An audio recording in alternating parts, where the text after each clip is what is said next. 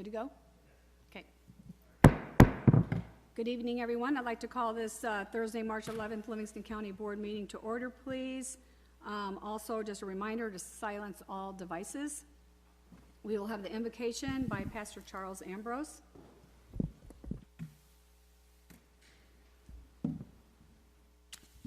Good evening. Good evening. Good evening. It says in the Lord's Word in John 7, verse 37, If any man thirst, let him come unto me and drink. He that believeth on me, as the Scripture hath said, out of his belly shall flow rivers of living water. So, Father, we have first come to you tonight and thank you for our board members and those present. We ask and believe for your perfect will and direction on all decision making tonight, always in your Son Jesus' name. Amen. Amen. Amen. Thank you. Next, we have the Pledge of Allegiance by Gina Manker.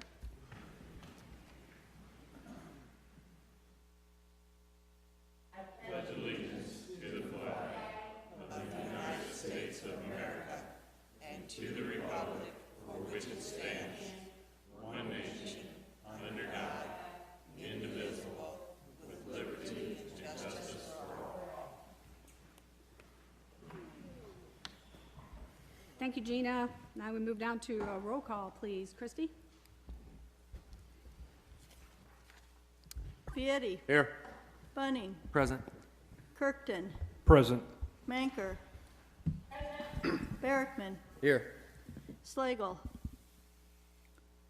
Bannon. Here. Steichen. Here. Schaefer. Here. Menninga. Here. Kestner. Welch. Present. Carly. Weller. Here. Ritter. Present.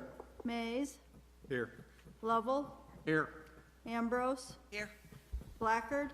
Present. Ehring. Here. Vidstem. Here. Arbogast. Here. Wilkie. Present. Runyon. Here. Okay, thank you. You have the agenda before you. Need a motion on, So moved by Fannin. Second by Ritter. okay, that's going to be a roll call vote, please. Vietti. Yes. Bunning. Yes. Kirkton. Yes. Manker. Yes. Barrickman. Yes. Bannon. Yes. Steichen. Yes. Schaefer. Yes. Menninga. Yes. Kestner. Welch. Yes. Carly. Boiler. Here. Ritter. Yes. Mays. Yes. Lovell. Yes. Ambrose. Yes. Blackard. Yes. Ehring. Yes. Vidstem. Yes. Arbogast. Yes. Wilkie. Yes. Runyon. Yes. Okay, we have no minutes at this time, so we will now move down to presentations. We'll have the COVID-19 status update by our very own Jackie.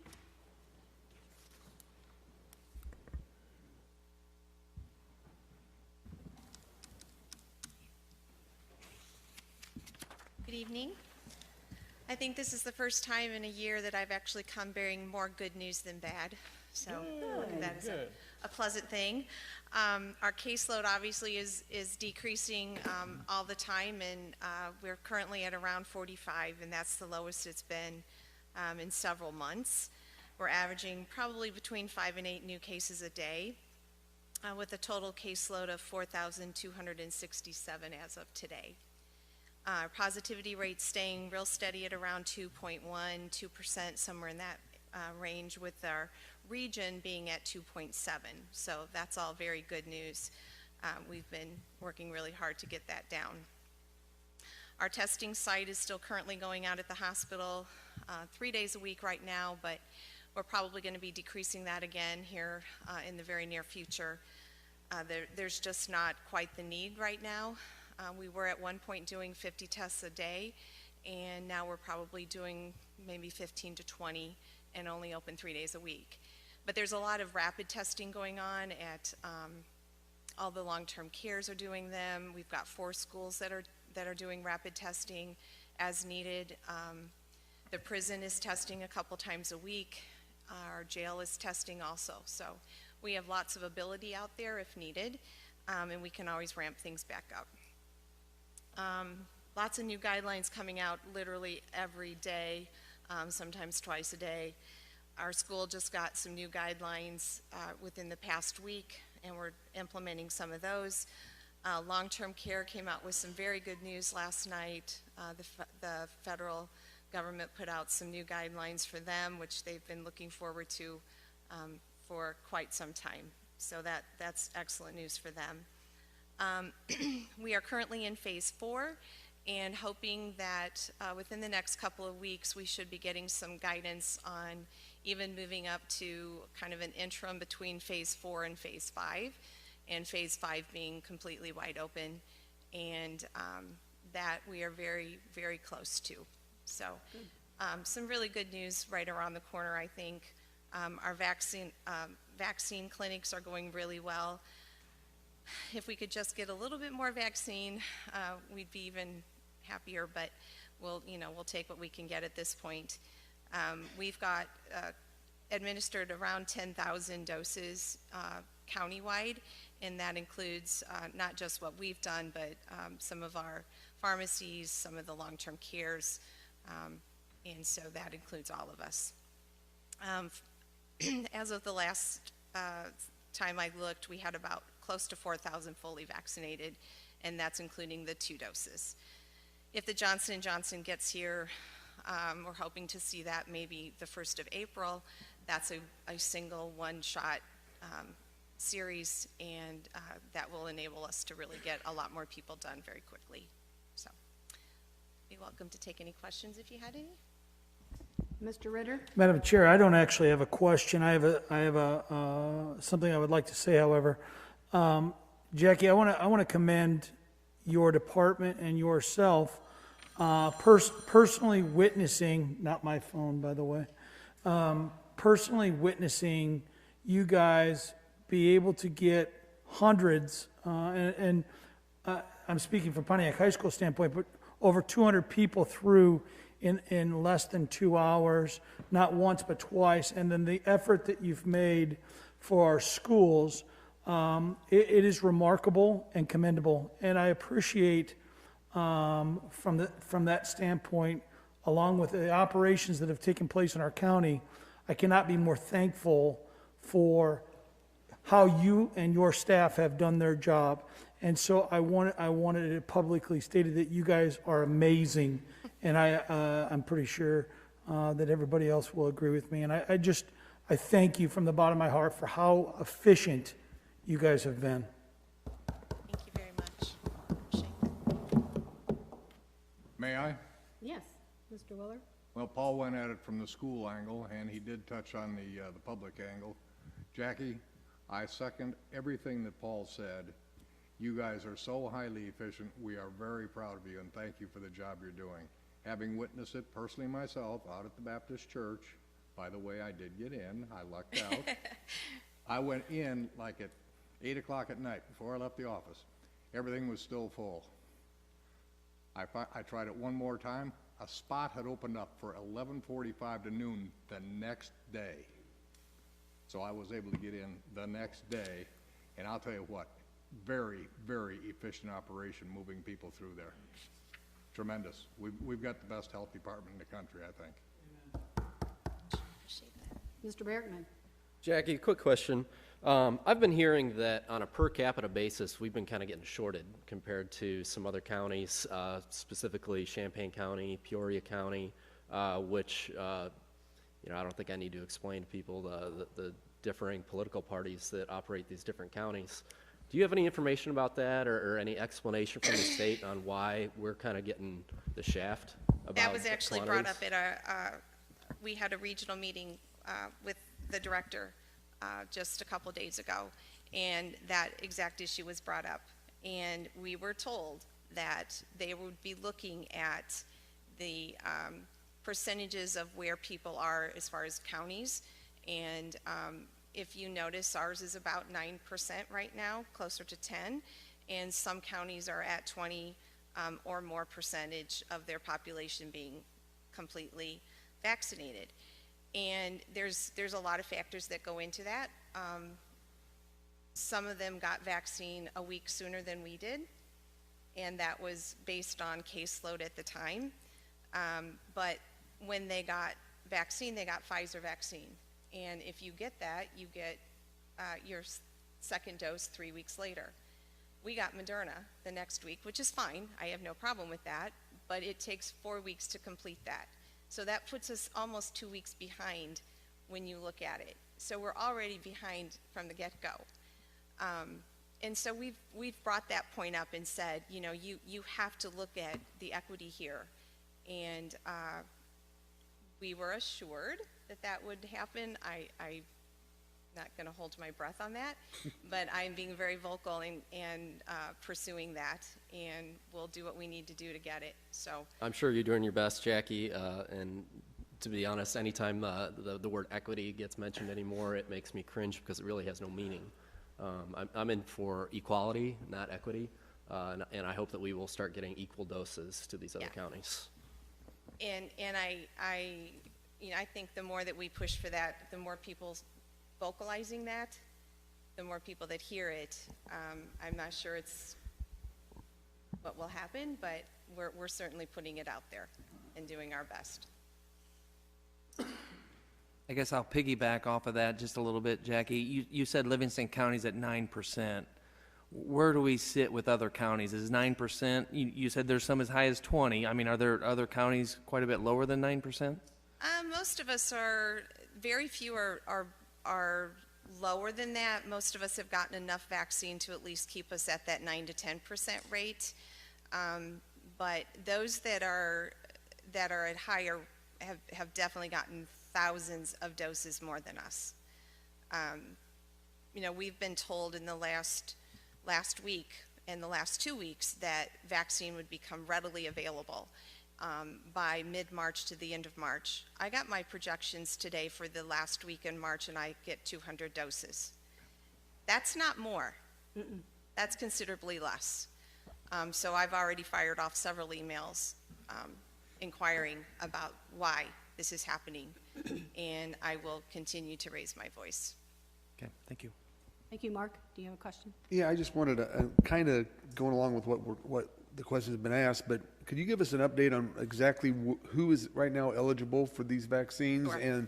And based upon, of course, your timeline on when you get the vaccine, but when you'll move to the next stage? Yes. So right now, Phase 1A was all of the healthcare workers. I kind of forgot who else was in there with them. Healthcare workers and few critical infrastructure people. Phase 1B included anyone 65 and older, and again, essential workers. And Phase 1B plus, which they kind of added after the fact, now includes anyone 64 to 16, because 16 is the youngest you can get with the vaccine, and with comorbidities. So depends on, there were heart, lung, immune suppressed, obesity, smokers. There's a whole list of them, and you can find that all on our website as to who fits into that B+. And we are currently doing those. Yes, we have opened it up to all of those that fit into those categories. And 1C is the next one. They haven't even truly defined 1C, but honestly, it's probably everybody but the 20-somethings and high school and children. So, and we don't really have a guideline on when that's going to come through. If all of the vaccine comes through that they keep talking about, it'll open up very quickly. Because once we have enough vaccine for everyone, it's going to be there. But we just haven't seen that happen, and I'm not going to hold my breath until it does. So in the B+, would someone with like asthma or Absolutely. diabetes or Oh, something? yeah, all of those. All that would fit into Yeah, B+. those are all in there. And we opened that up last week for sure. It may have even been the week before. Okay, thank you. Jackie, I have a question on that. So going on your website and looking at that 64 under with underlying conditions, I know that there's only a few conditions mentioned. how do they sign up and how do you, like, When you go onto the website and register, there's a list of all of those categories, and you have to put in which one you fit into. And you just have to attest that you are truthfully falling into one of those categories. We're not checking, we're not getting diagnoses, that's not part of what we do. We don't have time for that. okay, so just for an instance, my husband is under 65, but he does have an underlying condition that is not mentioned there. So does he not fall into that? Categories are pretty broad, but if he doesn't fall into one of those, then he would fall into 1C. Okay. Okay. Mr. Blackard? Jackie, just one quick question. You mentioned that you've had 10,000 doses go out. Does that include like what Caterpillar was finishing up today? Yes, that Okay. includes the entire county.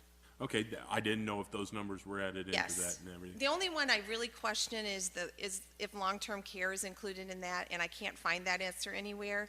It seems to me it's a little low if they're included.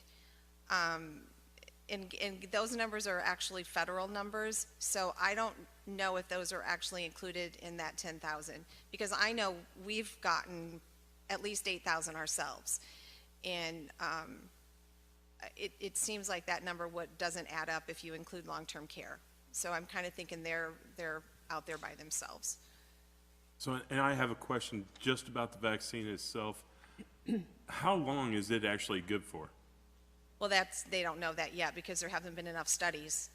It will continue to go on, but I don't know. I would assume, honestly, I think it's probably going to be similar to a flu vaccine where you're going to need a booster. At least for a couple of years. That's fair. I'm just trying to wonder if we're going to get enough people in the county vaccinated before we have to start vaccinating the ones Yes, we we started will. with again. Yes, we will.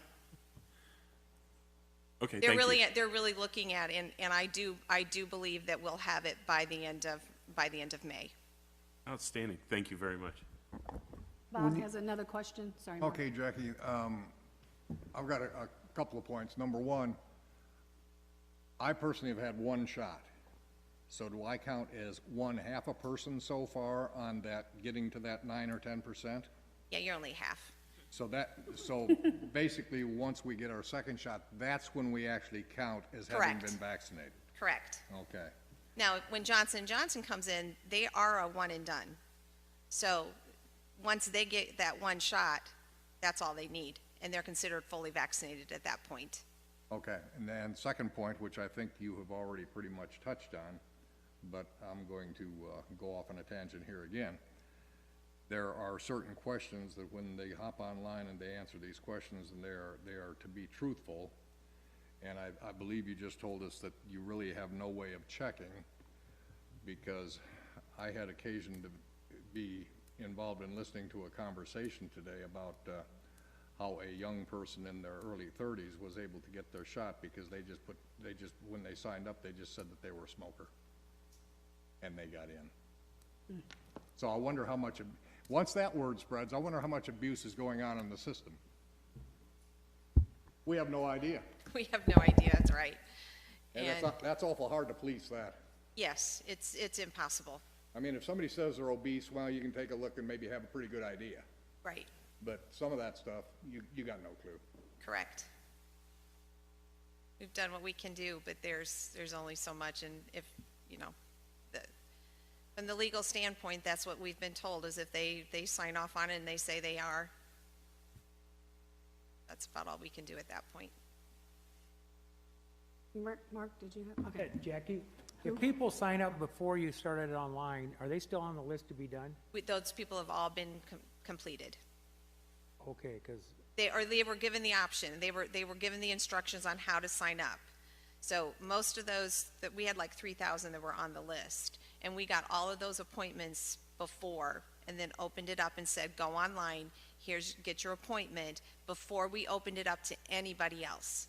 Those people were given that opportunity first. so if they did not get done, they need to go back online and re-register again then? What? If they did not get done, do they need to go back online and re-register again? Correct. Because I know somebody that's 88 years old, they've They been can waiting. we've got agencies that are helping to do that, or they can call us and we'll do it ourselves. Okay, okay. Yeah, we're trying we have several partners throughout the county, mostly libraries, the rec center's doing it for us. And people can call there and say, I need help getting registered, and they're doing it for them. To call us is just the luck of the draw if you can get through to us. But if you do, we will be glad to help. All right, thank you. Any other questions for Jackie? Again, Jackie, thank you so much. You all have done a wonderful job out there. And I know it's been stressful, but we appreciate you hanging in there. Thank you very much. Thanks, Jackie. Okay, next we move down to the P2D2 grant update. If Mr. Chief Hamilton would like to bring himself and his, okay, there you go. If you can introduce yourselves, that would be great. Sure. Mhm.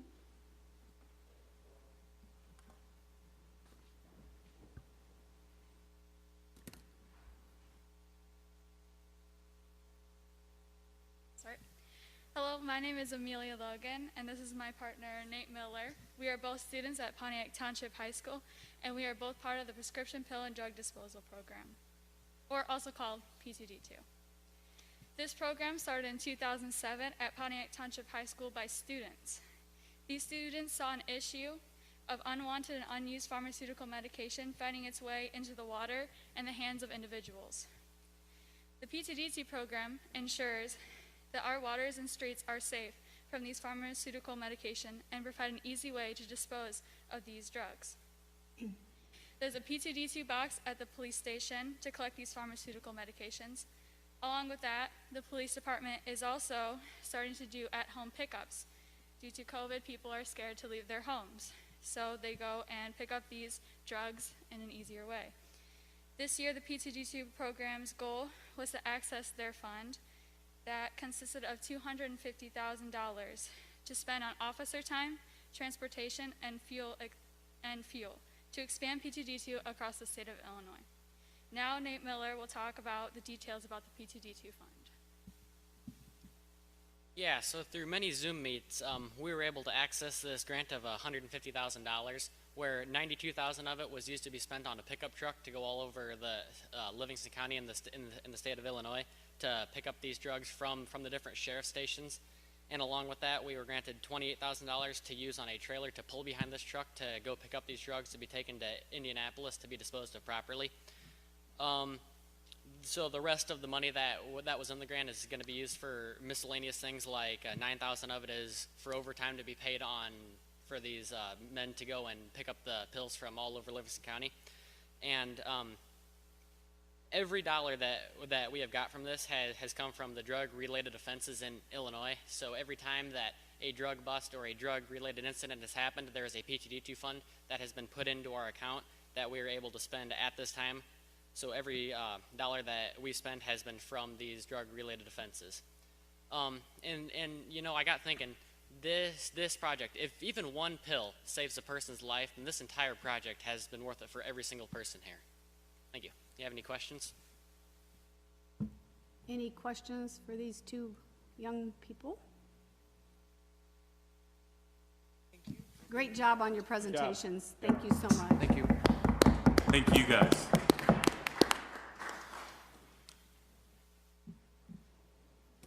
Okay, next we'll have our mental health annual report. Chris Meyer.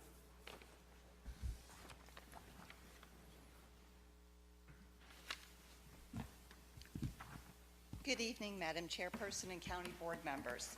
Our 708 Board is governed by the Illinois Community Mental Health Act and is required by the statute to present an annual report each year. Thank you for allowing us to present to you tonight. We all know that the second half of 2019-20 was an unprecedented year like none of us have ever known in our lifetimes. People with mental illness, substance use issues, and those with developmental disabilities did not just disappear during these difficult times. No, our agencies in Livingston County that serve people with developmental disabilities, mental health, and or substance use issues stepped up to the plate during this pandemic to serve those individuals that needed supports in whatever manner was essential to them. Services and programs continued because these providers are dedicated to our county and the people that they serve.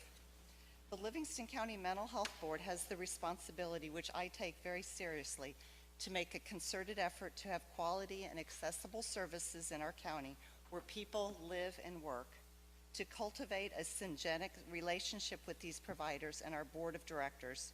Many of these providers each month come to our monthly board meetings, and to provide accountability to you and to the citizens of Livingston County by knowing and approving where every dollar of our levy is spent, and to monitor and audit the fee-for-service billing submitted by our agencies to ensure that they are following the parameters that we set out to them in our yearly contracts.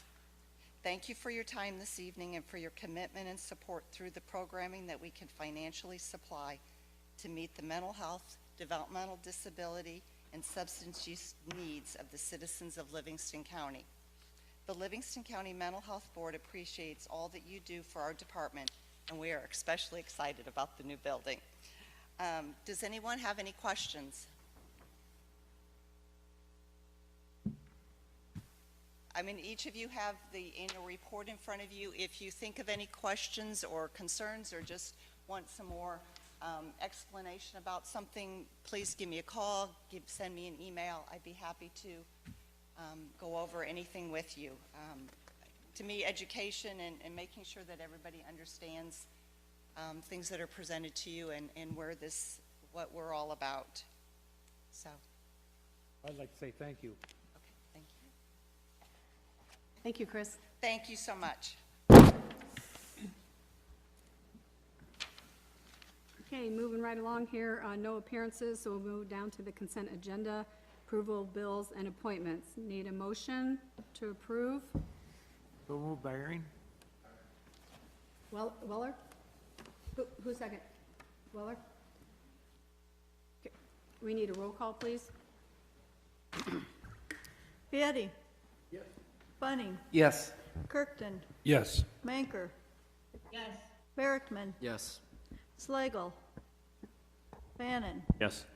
Dyson. Yes. Schaefer. Yes. Menninga. Yes. Kestner. Welch. Yes. Carly. Weller. Yes.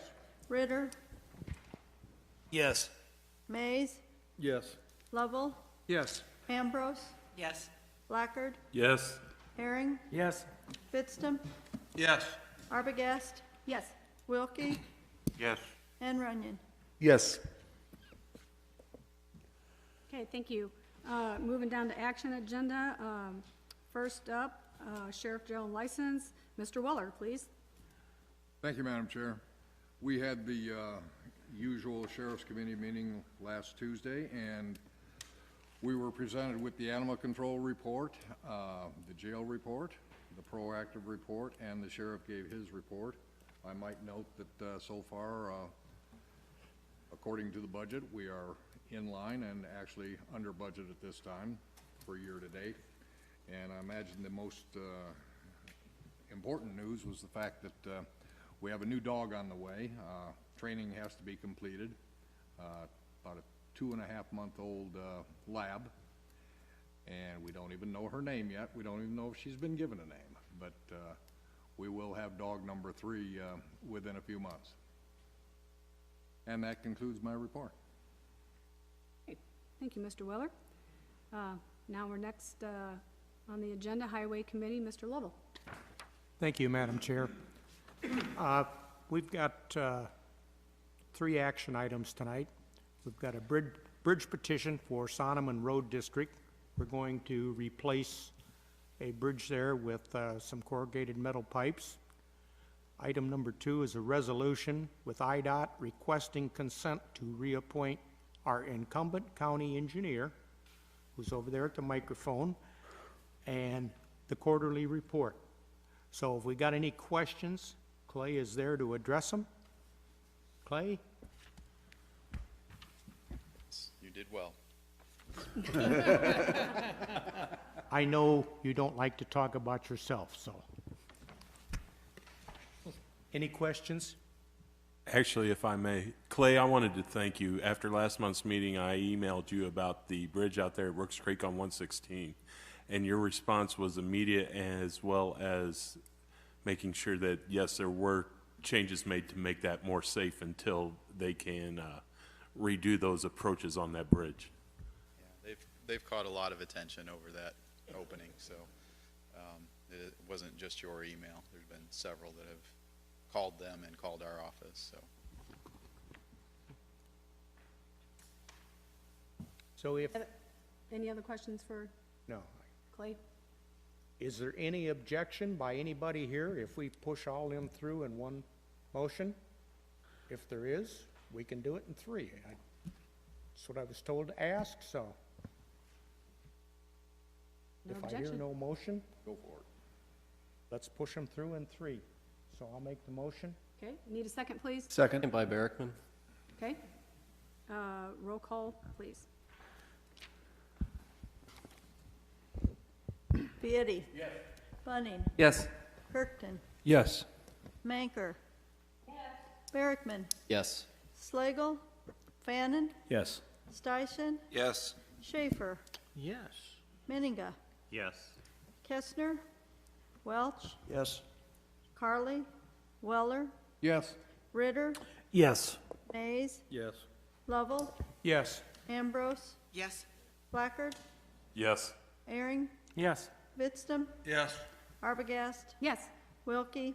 Yes. And Runyon. Yes. Okay, I apologize for this. I forgot to call roll calls to approve mental health report. Sorry about that, so we have to back up. Motion to approve. Second. Second. Thank you.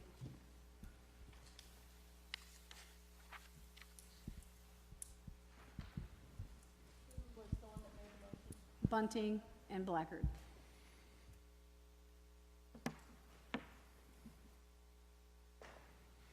Vietti. Yes. Bunning. Yes. Kirkton. Yes.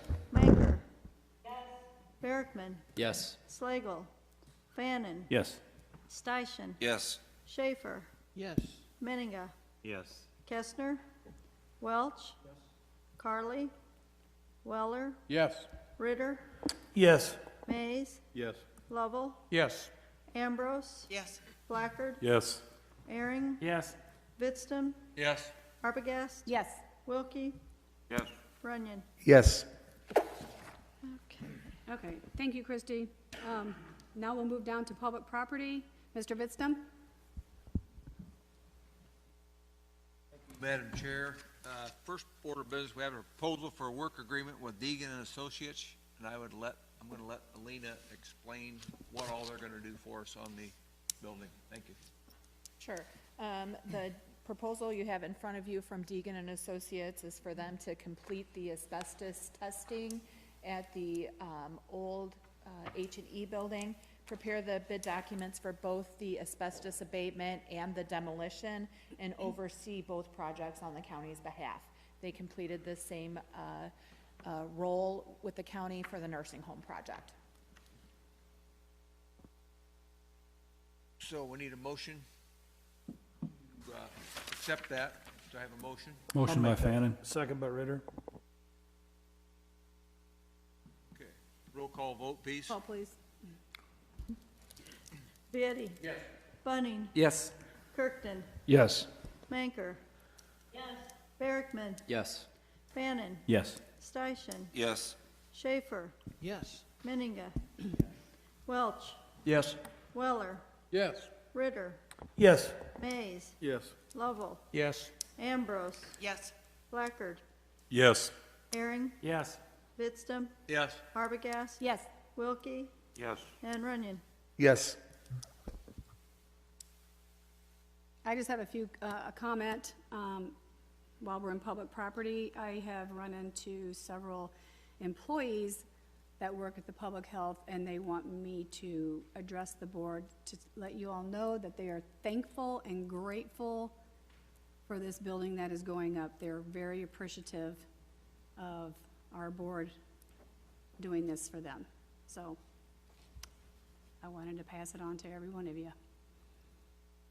John, you have anything else? The only other report, we had every 2 weeks, we have a Zoom meeting with them, and yesterday we had one.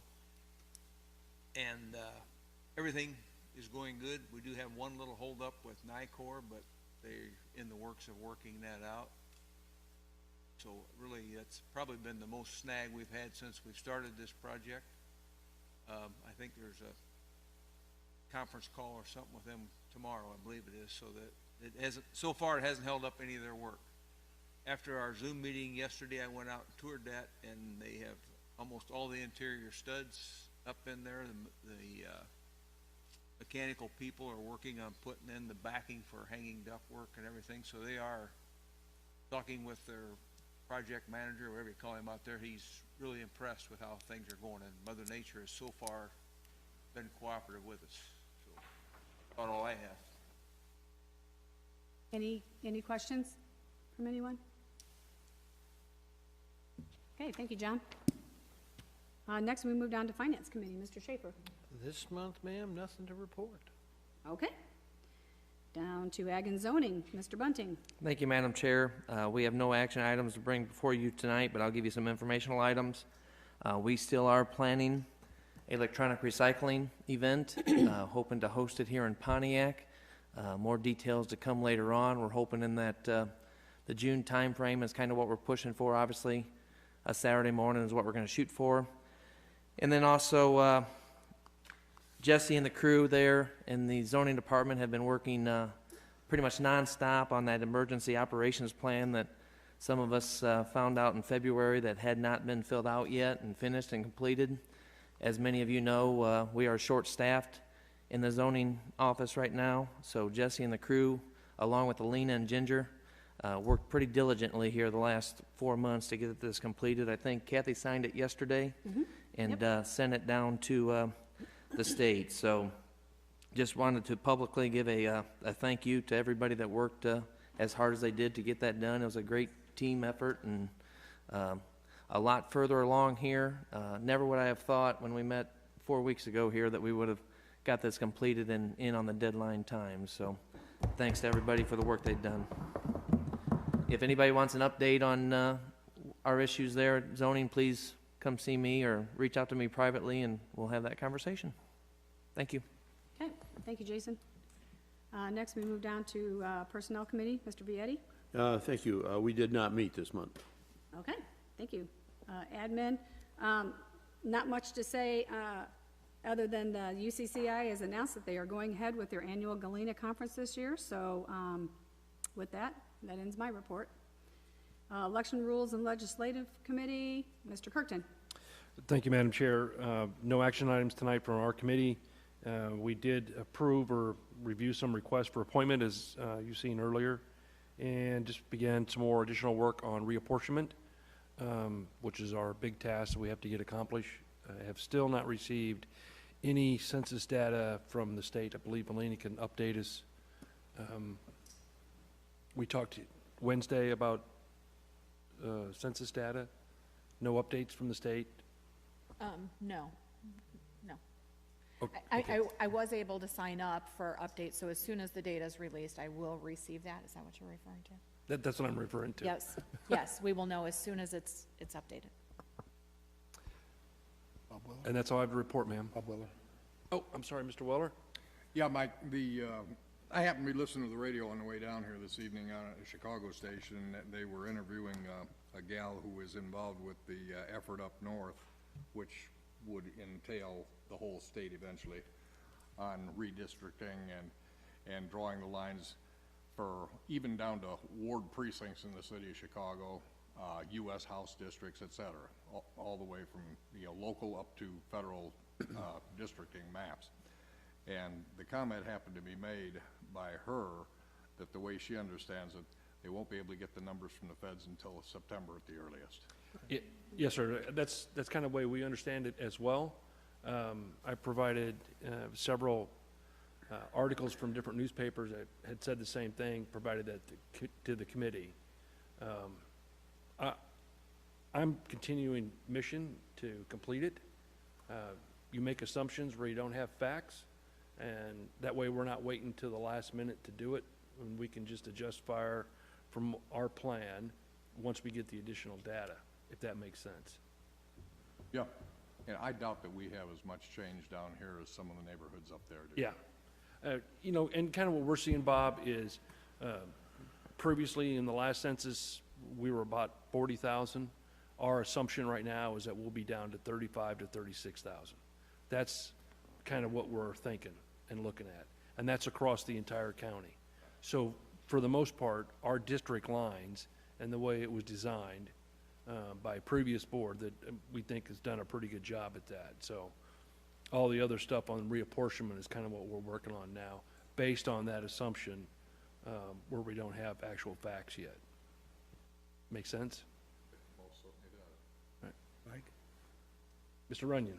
Yeah, since Christie's here tonight, I wanted to kind of ask her, with this timeline of us not getting the census data maybe until September, and maybe by the time everything's finalized, maybe be pushing into October, how does that work as far as the election cycle goes? Because I know candidates' petition packets usually go out sometime in September itself, and if we don't know what the district lines are going to be. We haven't heard anything on it. Or had any updates. They just had a zone meeting, that was a week ago, but I wasn't able to attend that. Okay. Christy, can you use your microphone, please? Gina's having a hard time hearing you. Okay. I don't have any more information on it either from the Association of County Clerks and Recorders. We do get some legislative updates in that, but I haven't heard anything on it either, other than what Bob said too, that like the census and that, they were talking about having those figures in September. And I know that it's supposed to be done like in July, that they approve, or supposed to approve the redistricting if they do it. So, you know, kind of everybody's in a catch-22. Do you have a deadline on when, you know, where you have to send off to Liberty or whoever you're using to get the ballots printed? Is there a deadline for you to have all that information to get the ballots printed?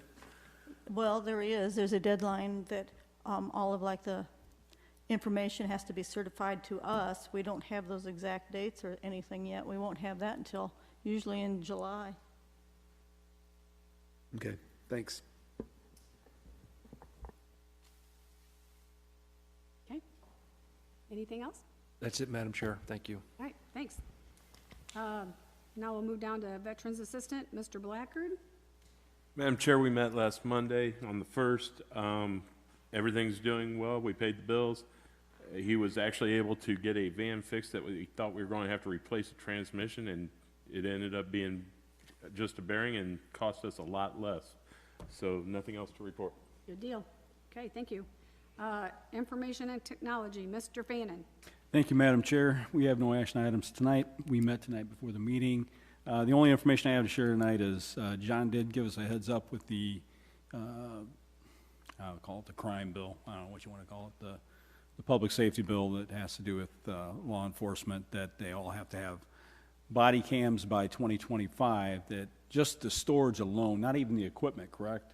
Just the storage alone was going to be $150,000. So that's not even including the body cams. Is that annually, Marty, or is that just a No, that one-time would be for expense? 7 years, correct? It'd be 7 years worth of storage. Okay. That's data storage. Yes. So about 20 grand a year. Okay. Yeah. Okay. More or less. So we probably ought to start saving. Or, with the advent of more money coming, depending on what the conditions are, on the money that will be coming our way as a result of legislation just signed into law yesterday, which we will be getting a substantial sum, we will have to see. I'll believe it when I see it. Just saying. Any other questions for Mr. Fannin? That's all I have, Madam Chair. Okay, thank you. Livingston County Housing Authority, Mr. Slagle is not here. Mid-Central Community Action, Mr. Wilkie? We didn't meet this month, so I don't have anything to report. Okay, thank you. Board of Health, Mr. Station? Thank you, Madam Chairman. We did meet Monday night, but Jackie gave a report tonight and covered a lot of the stuff that we talked about. There's no sense expanding on that. So I'll leave it at that. Okay, thank you. Mental Health Board, Mr. Vietti. Thank you. We're not meeting in March. The next meeting will be April 15th at 4 o'clock. Thank you. Okay, thank you. Now we're down to public comment. Anyone for public comment? I just have a reminder about tomorrow morning. For those of that had RSVP'd, our Livingston County Farm Bureau legislative breakfast at 7:30 tomorrow at the Elks. We are going to be observing all safety precautions like we had talked about before. We've got Patrick Doggett from Congressman Kinzinger's office coming. We've got Senator Barrickman, Representatives Brady and Bennett, and our very own Kathy Arbogast. So we're going to, I think we had sent it out that it was going to be a plated breakfast. We've kind of switched that up a little bit, that we are going to run through the buffet line, but they are going to serve the food to us. So look forward to the ones that RSVP'd. See you tomorrow morning at 7:30. Okay, thank you, Jason. Who? Mr. Wilkie. Okay. Yeah. Mr. Wilkie, question for you regarding the Mid-Central Community Action.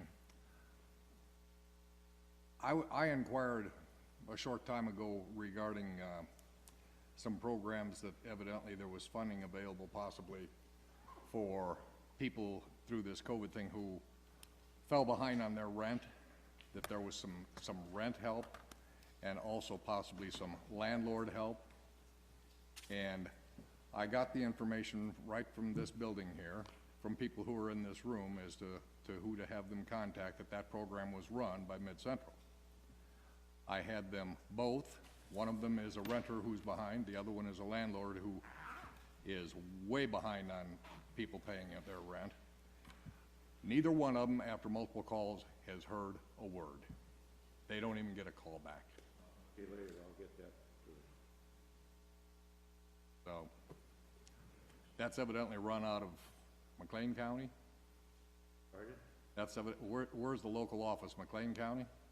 Well, we got a, they call it substation over here with Hartman College, but that's been shut down because of the COVID. And everything has been doing through the phone, as you know, you've done the same thing with your business, so. But you talk to me later, I'll get the number, I'll talk to Deb down there, and we'll get something going on that. Yep. Yeah, we'll get the hotline. We'll get the hotline. Thank you.